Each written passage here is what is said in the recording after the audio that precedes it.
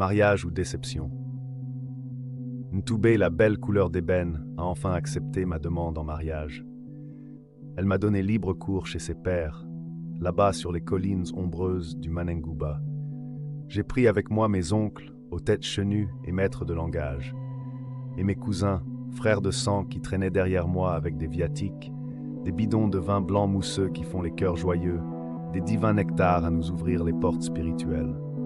Ces pères nous ont accueillis avec des colas blanches et le vin de dattier pur qui rafraîchit la fatigue des ascensions. Nous avons échangé des salutations rituelles avec des sourires en coin. L'offre de parole qu'ils nous ont adressée fut brève dans la bouche du doyen de leur famille.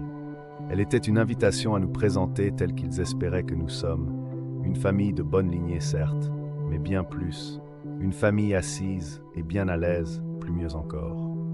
C'est alors que vint mon tour fatidique et crucial de décliner mon identité, mais plus encore de préciser le plus important, mon activité professionnelle qui m'enregistre avec un chiffre précis dans le rang social. Des cannes cognèrent dures dans le sol nu devant nos hôtes, après mon monologue de ma voix timbrée de peur devant ces barbes blanches qui m'écoutaient dans un silence profond de lac vert. Mon discours avait remué les chaises et fait remonter des murmures comme un grognement de chien de garde face à un visiteur indésirable. La sagesse de la culture ancestrale avait obligé nos hôtes à faire bonne impression. Ils nous congédièrent pour plus de réflexion après une longue conversation autour du vin de palme, dans une déconvenance à peine voilée. Mais je venais de perdre la main de Ntoubé, que ses pères ne voulaient certainement pas donner à l'un d'entre eux, un damné de la terre, coincé dans un monde rural sans issue, dans un village qui se meurt.